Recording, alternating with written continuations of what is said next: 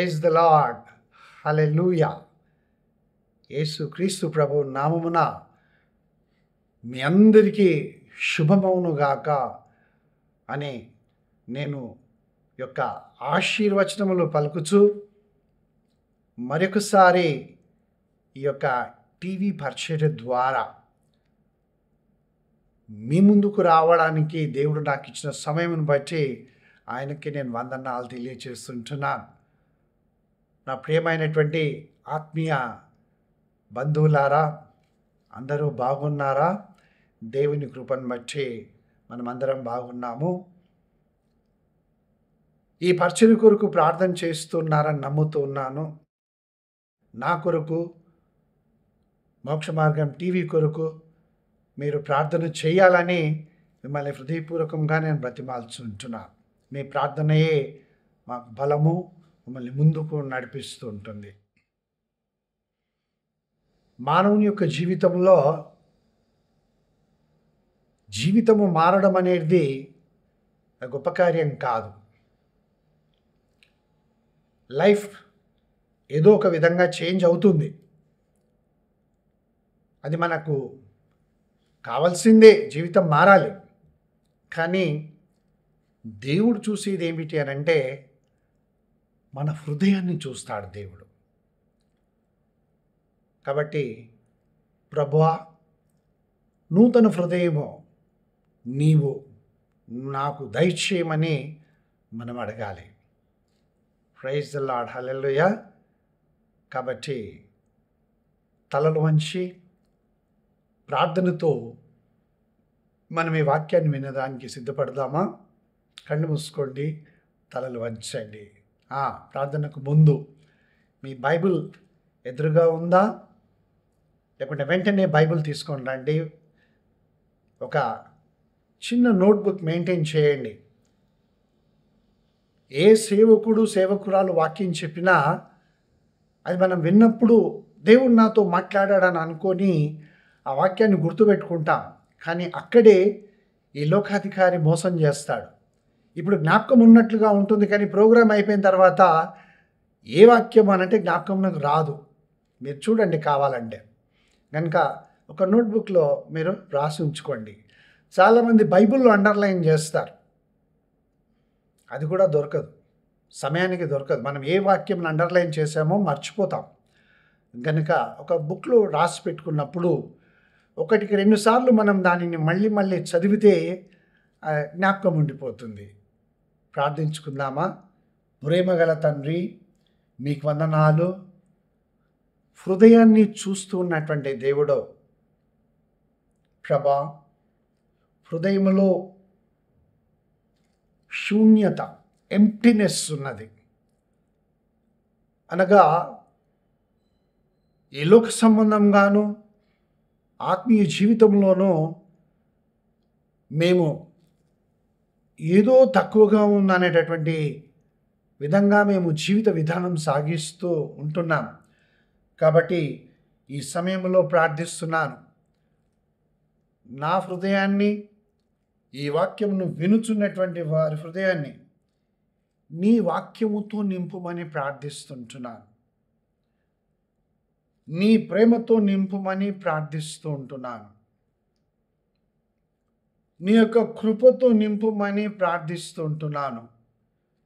నీ సత్యముతో మా హృదయాన్ని నింపుమని ప్రార్థిస్తుంటున్నాను. నీ వాక్యమును మేము నిత్యము ధ్యానించున్నట్లుగా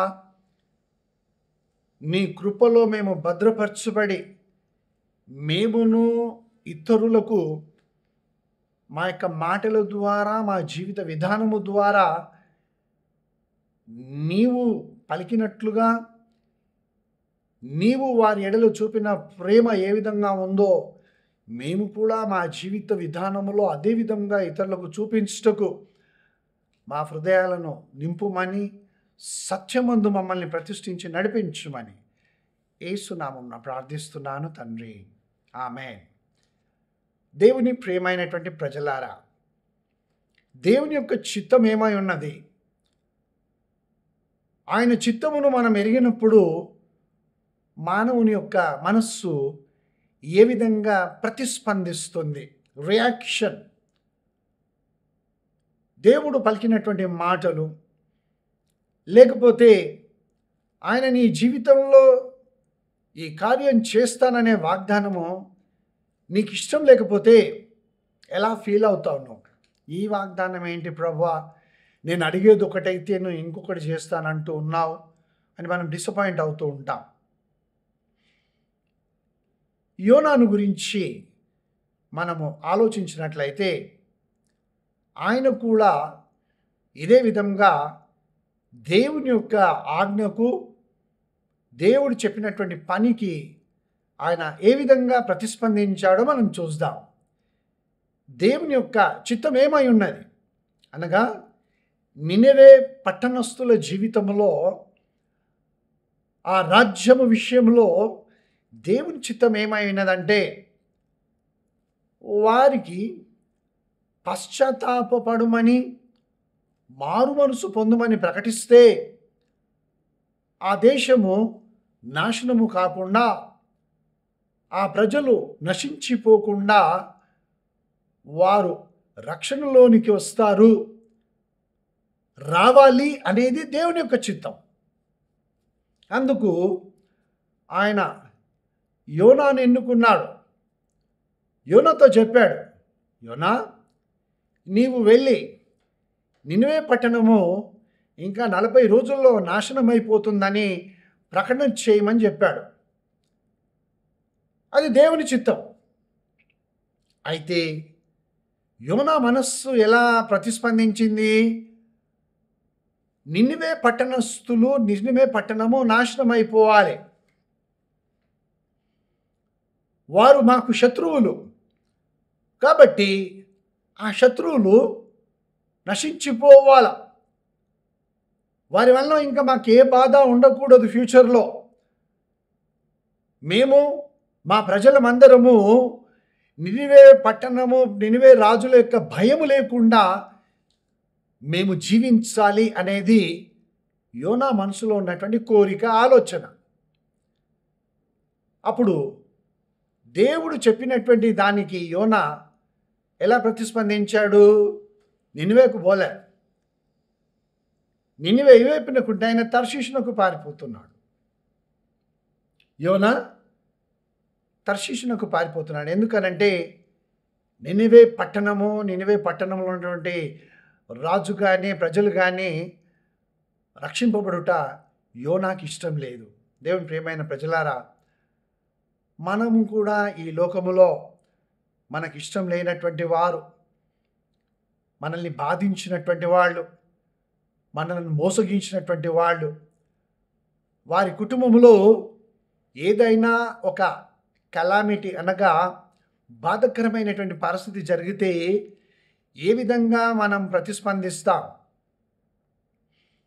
పలానా వారి ఇంట్లో ఇవి దుఃఖకరమైనటువంటి జరిగింది అని అంటే బాగైంది, అలాగే కావాలి వారికి, అది ఎప్పుడో జరగాల్సింది, చూడు దేవుడు ఎలా న్యాయం తీర్చాడో అని మనము ఇతరులతో మన ఆలోచనలను షేర్ చేసుకుంటాము. మనలో ఉన్నటువంటి కోపం అంతటిని, ఆ ద్వేషం అంతటిని కూడా వెళ్ళగక్కుతాం. ఈ విధంగా యోనా తర్షీషునకు పారిపోతూ ఉంటే, ఇంకా నేను కథ అంతా చెప్పాను, ఎందుకంటే మనం సండే స్కూల్ నుంచి వింటూ ఉంటున్నాం కదా, క్రిస్టియన్స్ కాబట్టి అన్నీ తెలుసు మనకి, కానీ చెయ్యం, వినిన దాని ప్రకారం చెయ్యం మనం, అంతే. యోనా మళ్ళీ వచ్చి అక్కడ ప్రకటించాడు, నినివే పట్టణస్థులకు ప్రకటించాడు. అయితే వీరందరూ కూడా పశ్చాత్తాపపడడం చూసి దేవుడు నశింపజేస్తానని చెప్పినటువంటి విధంగా చేయకుండా నినివే పట్టణస్థులను కాపాడినప్పుడు, క్షమించినప్పుడు యోనా ఏమంటున్నాడు? యోనా గ్రంథము 4వ అధ్యాయం 1వ వచనంలో మనం చూద్దాం.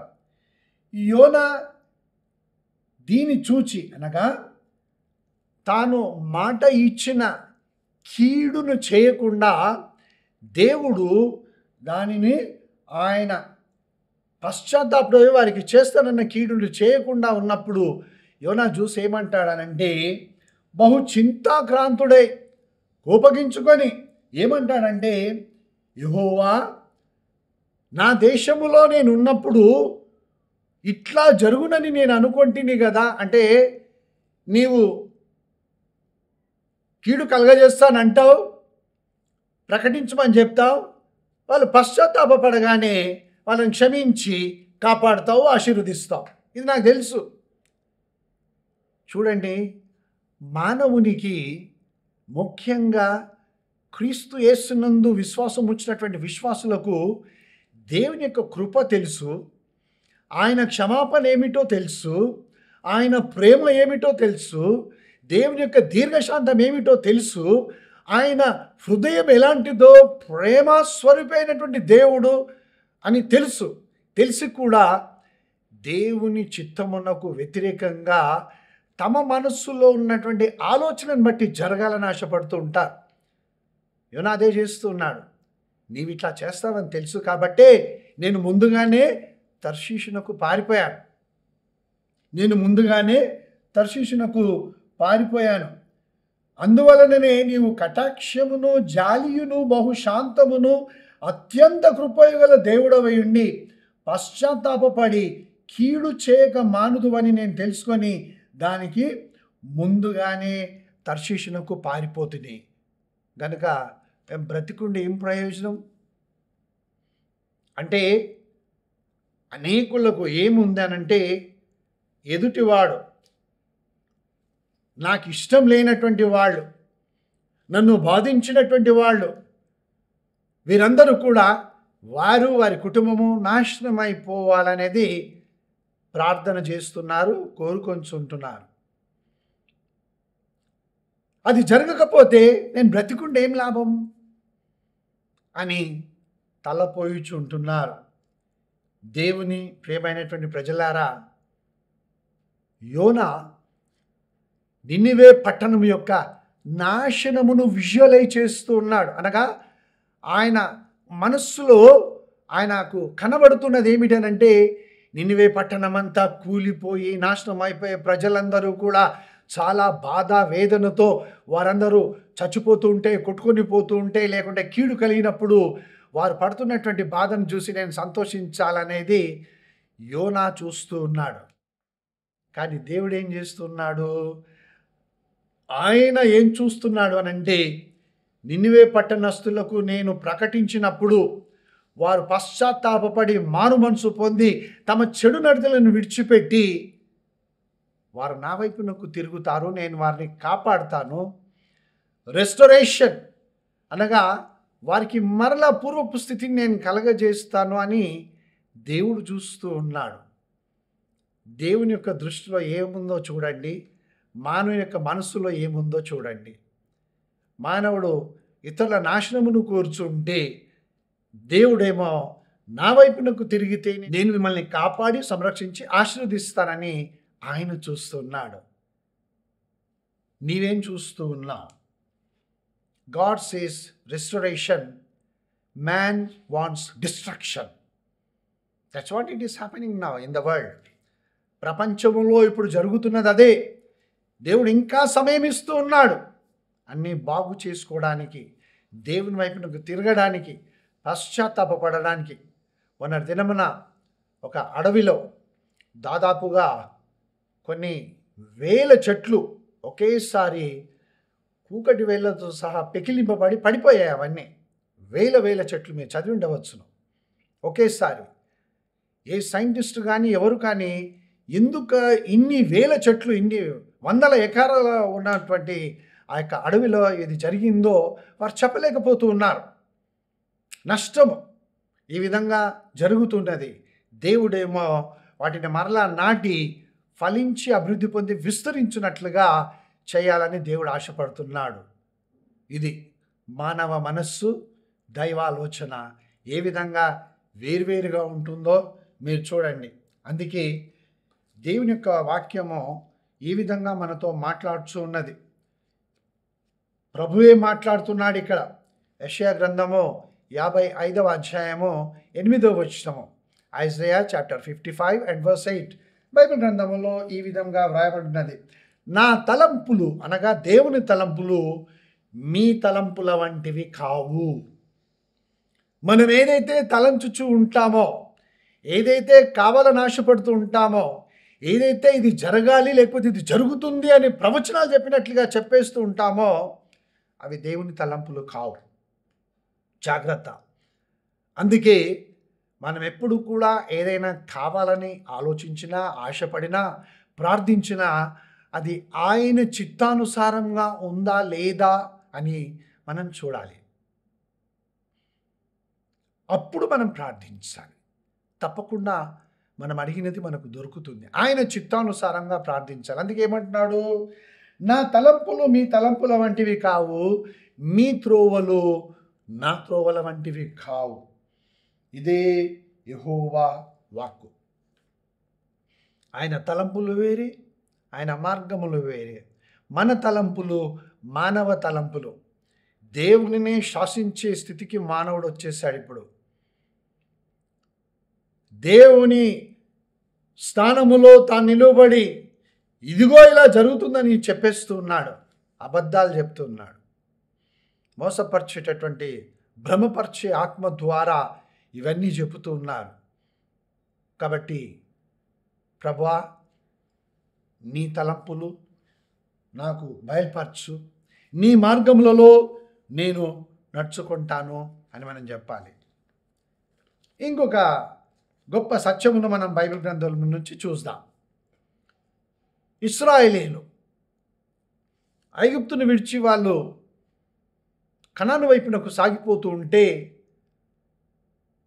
వారు చూసింది ఏమిటి అని అంటే, తమను వెంటాడుతూ ఉన్నటువంటి ఫరో సైన్యాన్ని చూశారు.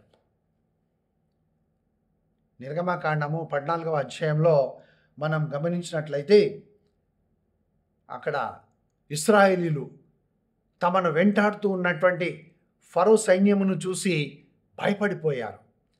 భయము వారిలో ప్రవేశించి దేవునికి విరోధంగా మోషేతో మాట్లాడుచున్నారు. నీకు ముందే చెప్పాము కదా, మాకు తెలుసు మోషే, నీకు ముందే చెప్పాము మేము, ఐగుప్తులో సమాధులు లేవని, ఈ అరణ్యములో మమ్మల్ని చంపుటకు నీవిక్కడికి తీసుకొని వచ్చావా? మేము ఐగుప్తీలకు దాసులుగా ఉండడానికి మేము ఇష్టపడుతున్నాము. నీవేమో దేవుడు విడిపించాడు, మిమ్మల్ని స్వతంత్రులుగా చేశాడు, ఆశీర్వదిస్తాడు ఆయన, మనం ముందుకు సాగిపోదామని మమ్మల్ని తీసుకొని వచ్చావు. ఇప్పుడు ఏం జరుగుతున్నది? ఇశ్రాయేలు ప్రజల యొక్క మనస్సు ఫరో సైన్యమును చూసి తామిగా నశించిపోయాము, మరలా మమ్మల్ని తీసుకొని వెళ్ళి బహుగా హింసిస్తారు, మేమంతా ఇంకా పాడైపోయామని ఇశ్రాయేలీలు భయపడిపోతూ వాళ్ళు అది చూస్తున్నారు వారి మనసులో. అయితే మోషే ఏం చూస్తున్నాడు? నిర్గమకాండము 14వ అధ్యాయము 10వ వచనాన్ని చెప్పాను. ఇప్పుడు 13వ వచనాన్ని నేను చదువుతున్నాను. అందుకు మోషే, భయపడకుడి, మీ మనస్సులో భయం ఉన్నది, మీరు చూస్తున్నటువంటి వాటిని బట్టి మీకు భయము కలుగుచున్నది, కానీ దేవుని యందు విశ్వాసం ఉంచండి. వాగ్దానం చేసినటువంటి దేవుడు నమ్మదగిన దేవుడు. కాబట్టి మానవ బాహువు కాదు మనకు అండ, మానవుడు ఇచ్చినటువంటి మాట కాదు మనకు శక్తి, వారి బలము కాదు మనకు ఆధారం, సర్వోన్నతుడైన సర్వశక్తిమంతుడైన దేవుని యొక్క మాటయే మనకు ఆశ్రయ దుర్గము, మన బలమైనది. కాబట్టి మీరు భయపడకుడి, యెహోవా మీకు నేడు కలుగజేయ రక్షణను మీరు ఊరక నిల్చుండి చూడుడి. మీరు ఇప్పటి వరకు చూస్తున్నటువంటి ఐగుప్తీలను ఇక మీదట మీరు చూడరు. దేవుని నామం నాకు మహిమ కలుగును గాక. నా ప్రియమైన సహోదరుడా, నా ప్రియమైన సహోదరి, ఎవరిని చూసి భయపడుతూ ఉన్నావు? అయ్యో, నేను ఈ పరిస్థితిలో చిక్కుకొని పోయానే అని ఎవరిని చూసి నీవు బాధపడుతూ ఉన్నావు? ఎవరిని బట్టి నీవు కృంగిపోతూ ఉన్నావు, అధైర్యపడిపోతూ ఉన్నావు? ఈ దినమన్న దేవుడు నీతో మాట్లాడుతూ ఉన్నాడు ఈ వాక్యము ద్వారా. మీరు భయపడకుడి. ఎందుకు అనంటే, ఏ నీళ్ళైతే మిమ్మల్ని అడ్డుకున్నాయో, ఆ సముద్రము మీకు దారినిస్తుంది. మీకు దారి ఇచ్చినటువంటి సముద్రమే ఆ యొక్క ఫరోను అతని సైన్యాన్ని ముంచివేస్తుంది. ఇంకా మీరు వాళ్ళను చూడరు. దేవుని నామం నాకు మహిమ కలుగును గాక.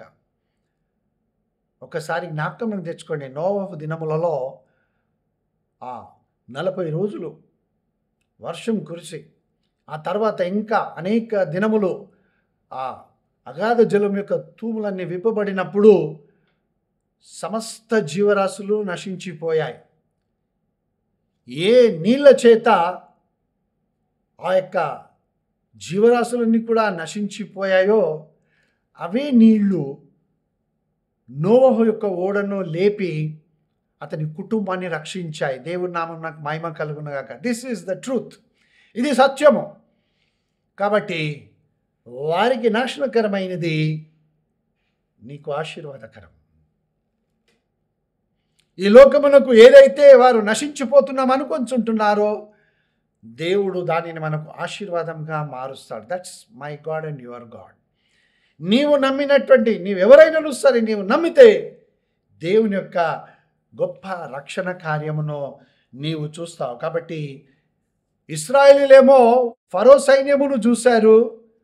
మళ్ళీ మేము దాసులమైపోతామని వారి కన్నుల ముందు వారి మనస్సులో దాసత్వము కనబడుతూ ఉన్నది.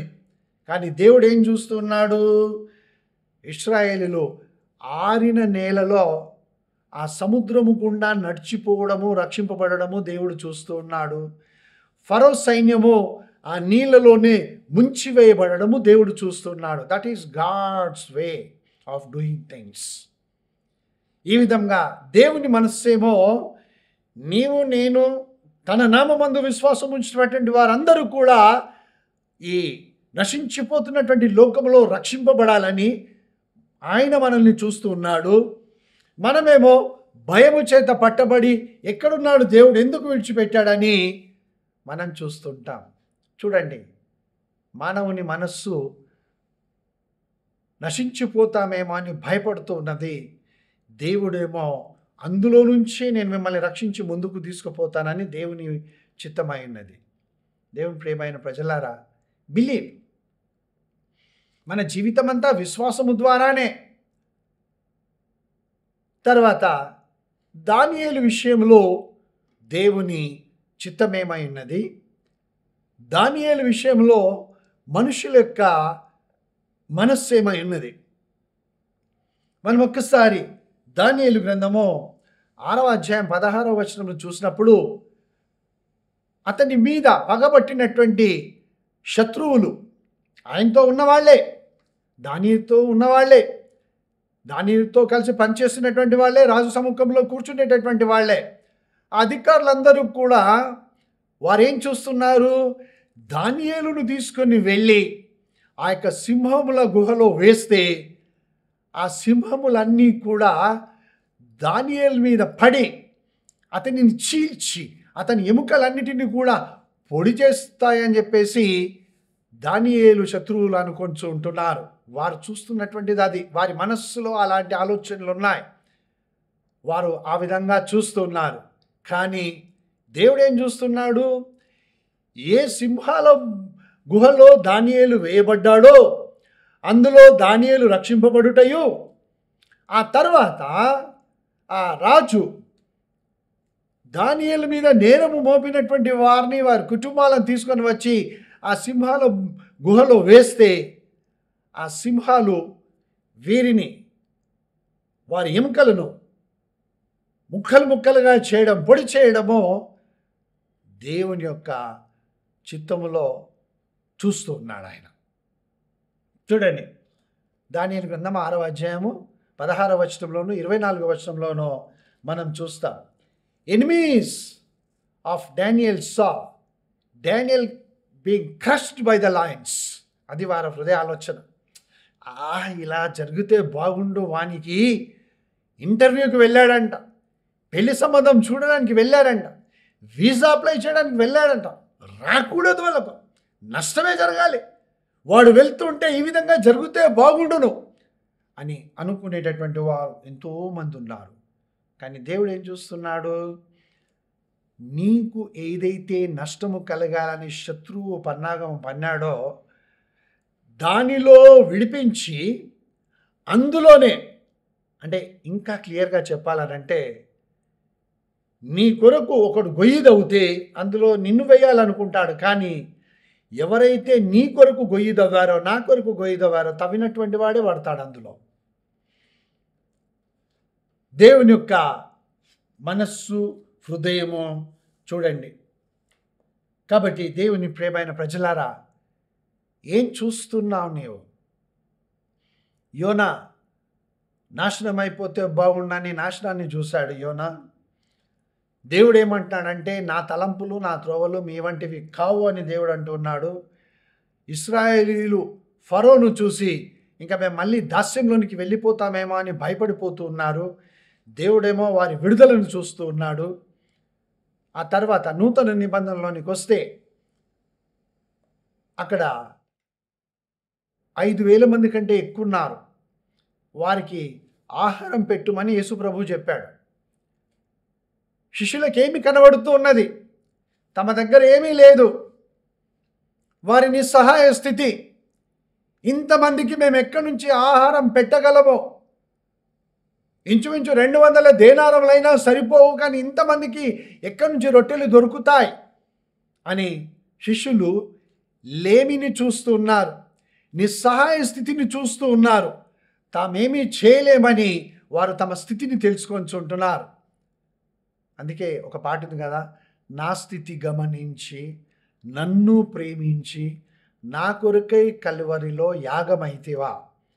అవును, ఆయన నీ నిస్సహాయ స్థితిని చూస్తూ ఉన్నాడు. వీరి కంటికి ఏమి కనబడుతున్నది? శిష్యులకు, బోధకుడా, ఇదిగో 5 రొట్టెలు 2 చేపలు మాత్రమే ఉన్నాయి. ఈ 5 రొట్టెలు 2 చేపలు ఇంతమందికి ఏమి సరిపోతాయి అని వాళ్ళు 5 రొట్టెలు 2 చేపలు చూస్తూ ఉన్నారు. కానీ సర్వోన్నతుడైన, సర్వశక్తిమంతుడైనటువంటి, సర్వాధికారం పొందినటువంటి క్రీస్తు యేసు ఏం చూస్తున్నాడు? అందరూ తృప్తిగా తిన్న తర్వాత 12 గంపలు నిండుగా ఆ రొట్టెలు చేపలు మిగులుతాయనేది ఆయన చూస్తున్నాడు. That is God's way of doing things. ఆ విధంగా నీవు విశ్వాసముతో, నీకున్నది కొద్దిగానే, కానీ ఇది ఎలా సాధ్యము అని అనుమానపడకుండా, ఇది దేవుడు ఈ విధంగా ఆశీర్వదించి నాకు ఇస్తాడు, ఇంకా మిగులుతుంది అని మనము దేవుని వైపున చూడాలి. ఎంతమంది మనము మన ఇంతకుముందు శాలరీస్ చేతికి ఇచ్చేవాళ్ళు, ఉద్యోగం చేస్తున్న స్థలంలో ఆ ప్యాకెట్ కానివ్వండి, ఆ డబ్బు లెక్కబెట్టి వారు చేతికి ఇచ్చేవాళ్ళు. ఇప్పుడంతా బ్యాంకింగ్ ట్రాన్సాక్షన్ అయిపోయింది కాబట్టి శాలరీస్ కూడా బ్యాంకులోనే పడుతున్నాయి. మెసేజ్ వస్తుంది, అందరూ మెసేజ్ చూస్తూ ఉంటారు, ఇంకా రాలేదేంటి, ఇంకా రాలేదేంటి, ఆ బ్యాంకులో శాలరీ పడ్డట్లుగా ఇంకా మెసేజ్ రాలేదంటే చూస్తుంటారు. ఆ మెసేజ్ రాగానే నీ శాలరీ ఈ నెల ఇంత క్రెడిట్ అయింది నీ బ్యాంక్ అకౌంట్లో అనగానే నువ్వు ఏం చేస్తావు? నేనైతే నాకు పెన్షన్ రాగానే, ఆ మెసేజ్ రాగానే ప్రార్థన చేస్తాను, ప్రభువా ఈ చేతుల కష్టార్జితం దీవించి ఆస్వాదించినందుకు వందనాలు. ఇవి ఖర్చు చేసినాక ఇంకా కొంచెం మిగులునట్లుగా ఆశీర్వదించి దీవించి నాకు ఇమ్మని ప్రార్థన చేస్తాను. ₹1 వచ్చినా నేను ఆ విధంగా ప్రార్థన చేస్తాను. మీరు కూడా చేయండి, ఆశీర్వదించబడతాం మనం. 5 రొట్టెలు 2 చేపలు ఏ పాటి అని శిష్యుల మనస్సు చూస్తూ ఉన్నది. కానీ దేవుని యొక్క హృదయములో, ఆయన చిత్తములో ఆయన ఏం చూస్తూ ఉన్నాడు? అందరూ తిని తృప్తి పొందిన తర్వాత, అంటే కడుపు నిండుగా తిని ఇంకా చాలు మాకు వద్దు అన్న స్థితిలోనికి వచ్చిన తర్వాత, ఈ 5 రొట్టెలు 2 చేపలే 12 గంపలు నిండుగా మిగులుతాయి రొట్టె ముక్కలు అని, చేప ముక్కలని ఆయన చూస్తున్నాడు. దేవుని ప్రియమైన ప్రజలారా, ఈ విధంగా మానవ మనస్సు దేవుని చిత్తము. యెహెజ్కేలును దేవుడు ఆ ఎముకలు ఉన్నటువంటి లోయలోనికి తీసుకొని వెళ్ళాడు. ఎండిపోయినటువంటి ఎముకలు. ఏహెచ్కేలు గ్రంథము 37వ అధ్యాయమును మనం గమనించినట్లయితే అక్కడ ఏమనుంది? ఎముకలతో నిండియున్న ఒక లోయలో నన్ను దింపెను, అవి కేవలము ఎండిపోయినవి. ఎముకలు అనేకములు కనబడెను, అవి కేవలము ఎండిపోయినవి. ఏహెచ్కేలు ఏం చూస్తున్నాడు? ఎండిపోయినటువంటి ఎముకల మధ్యలో తాను నిలబడి ఉన్నట్లుగా. ఎన్నో అంటే లోయ మొత్తం నిండుగా, ఎంత పెద్ద లోయ తెలియదు మనకి. ఆ లోయలో అన్ని ఎముకలే. ఏహెచ్కేలుకి అవే కనబడుతూ ఉన్నాయి, అవే చూస్తున్నాడు ఆయన మనస్సు, వాటినే చూస్తూ ఈ ఎముకలతో ఏం పని? నేనేం చేయగలను ఈ ఎముకలను? వీటిని నేను ఏ విధంగా వాడుకోగలను? ఇవి నాకు ఏ విధంగా పనికొస్తాయి? వీటి వల్ల నాకు వచ్చే ఆశీర్వాదం ఏమిటి, లేక లాభం ఏమిటి అని ఏహెచ్కేలు అనుకొని ఉండవచ్చును. మనం కూడా అనేక సార్లు చూస్తూ ఉంటాం, దీనివల్ల నాకు ఏం ప్రయోజనము? ఈ చిన్న ఉద్యోగము, చాలా తక్కువ జీతం, ఇందువల్ల నాకు ఏమొస్తుంది? ఇది కేవలం నా జీవితం ఎండిపోయినట్లుగానే ఉంది అని అనుకొనిచున్నటువంటి వారు కోట్లాది మంది ఉన్నారు. మానవ మనస్సు ఏహెచ్కేలుది. ఆయన ఎండిపోయిన ఎముకలను చూస్తున్నాడు. కానీ సర్వోన్నతుడైన సర్వశక్తిమంతుడైనటువంటి దేవుడు, సైన్యములకు అధిపత్యకు యెహోవా అను ఆ ఘనమైనటువంటి నామం గలవాడు, సర్వశక్తిమంతుడు ఎల్ షద్దాయ్, ఆయన ఏం చూస్తున్నాడంటే ఆ ఎముకలన్నీ కూడా మళ్ళీ ఒకదానితో ఒక అతుక్కొని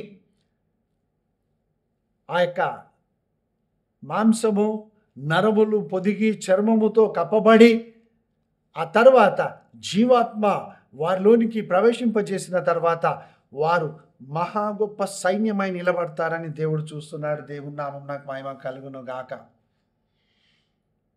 ఇది మానవ మనస్సేమో నష్టాన్ని కోరుతుంది, బాధను చూస్తుంది, దుఃఖమును చూస్తుంది, నాశనమును కోరుతూ ఉంటుంది మానవ మనస్సు. కానీ దేవుడేమో ఎక్కడైతే ఆగిపోయిందో, ఎక్కడైతే ఇంకా ఇక్కడికి జీవితం ఆగిపోయిందని అనుకున్నావో, దేవుడు అక్కడి నుంచి నూతనమైనదిగా ప్రారంభించబోతున్నాడు నీ జీవితంలో. నమ్ముట నీ వలన అయితే సమస్తము సాధ్యమే నమ్మువానికి. కాబట్టి ఇంకా దిస్ ఈజ్ ద ఎండ్, నా పని అయిపోయింది, నా కుటుంబం పని అయిపోయింది, ఇంకా నాకు ఏ విధంగా కూడా సహాయం రాదని నీవు అనుకొనుచు ఉంటున్నావా? ఇక్కడి నుంచి దేవుడు సమస్తమును నూతనపరిచి నిన్ను, నీ కుటుంబాన్ని, నీ చేతుల కష్టార్జితాన్ని అన్నింటినీ ఆశీర్వదించి ఆయన నిన్ను దీవించి నడిపించబోతున్నాడు. What are you seeing? Are you seeing failure? Are you seeing that you are very poor? Are you seeing that you are very weak? Are you seeing that you are sick? ఏం చూస్తున్నావు నీవు? నేను చాలా చాలా బలహీనుడను, వారికి అంతా అనారోగ్యం, నాకని చెప్పుకోను నేను. అనారోగ్యమే, బీద స్థితి, అంతా ఓటమే అని అనుకుంటున్నావా? కానీ దేవుడు నీకు నీ యొక్క ఓటమిలోనే నిన్ను గెలిచేటట్లుగా దీవిస్తూ ఉన్నాడు. నీకున్నటువంటి లేమిలోనే ఆయన నిన్ను ఆశీర్వదించి ఆ లేమిలో నుండి లేవనెత్తి నిన్ను ఐశ్వర్యవంతునిగా శక్తిమంతుడై నిన్ను దీవిస్తూ ఉన్నాడు. అనారోగ్యము, బలహీనతలు నీవు చూస్తుంటే దేవుడేమో తన కుమారుని గాయముల వల్ల నీవు స్వస్థత పొంది ఉన్నావని దేవుడు చూస్తూ ఉన్నాడు. అవును దేవుని ప్రియమైన ప్రజలారా, ఈ కార్యము నీవు నమ్మినట్లయితే నీ మానవ మనస్సు కాదు, దేవుని హృదయాన్ని నీవు నీ జీవితంలో చూడు. నీలో దేవుడు ఏం చూస్తున్నాడో తెలుసా? నీవేం చూసుకుంటున్నావు? ఈ మిజరబుల్, చాలా దౌర్భాగ్య స్థితిలో నా కుటుంబం ఉంది. కానీ నీలో ఆ సర్వోన్నతుడైన సర్వశక్తిమంతుడైన దేవుడు ఏం చూస్తున్నాడంటే తన కుమారుడైన యేసుక్రీస్తు ప్రభువును నీలో చూస్తున్నాడు. Praise the Lord, hallelujah. That's what God is seeing in me. ఆయన నాలో, అందరూ నాలో క్రీస్తును చూడని పాట అయితే వాడతాం. నిజంగా క్రీస్తు కనబడుతున్నాడా? ఆ విధంగా దేవుడు నిన్ను మారుస్తున్నాడు, నన్ను మారుస్తున్నాడు. తలలు వంచి ప్రార్థించుకుందాం. ప్రభువా, క్రీస్తు స్వరూపము మీ అందు ఏర్పడ వరకు నాకు మరలా ప్రసవ వేదన కలుగుచున్నది అని అపోస్తలుడైన పౌలు ఏ విధంగానైతే వారి ముందు మాట్లాడి ప్రార్థించాడో వారి కొరకు, ఆ విధంగా నీవే మమ్మల్ని మార్చి బలపరిచి నీ సమాధానము ఈ కుటుంబాల వారికి అనుగ్రహించి వీరు కోరిన రేవునకు నడిపించి వీరి జీవితంలో చెలరేగిన తుఫానులను యేసుక్రీస్తు ప్రభువు నామములో గద్దిస్తూ ఉంటున్నాను. ఊరకుండము నిమ్మల మగుడుగాక అనే యేసు నామములో ఆజ్ఞాపిస్తూ సమాధానమును ఐశ్వర్యమును మాట్లాడుచుంటున్నాను యేసు నామములో. వీరింతవరకు చూసినటువంటి శత్రువులు వారు మార్చబడుదురుగాక. వీరిని వెంటాడినటువంటి లేమి ఇక నువ్వు కనబడకుండాను గాక. వీరిని బలహీనపరిచి బాధించినటువంటి దుష్టుని క్రియలు యేసు నామములో లయమైపోమని ఆజ్ఞాపిస్తూ మళ్ళీ ఈ కుటుంబాల వారు ఆ శాపములను చూడకుందురుగాక. నీ ఆశీర్వాదమునంది వీరి కుటుంబము, నా కుటుంబం, అందరి కుటుంబాలు నిత్యం ఆశీర్వదించబడి నీ సన్నిధిలో కనబడును గాక. యేసు నామమున ప్రార్థిస్తున్నాము తండ్రి. ఆమేన్. God bless you. నీ జీవితంలో దేవుడు చేసినటువంటి కార్యమును బట్టి గొప్ప సాక్ష్యములు నీవు చెప్పడానికి దేవుని సన్నిధానంలో సిద్ధపడు. God bless you.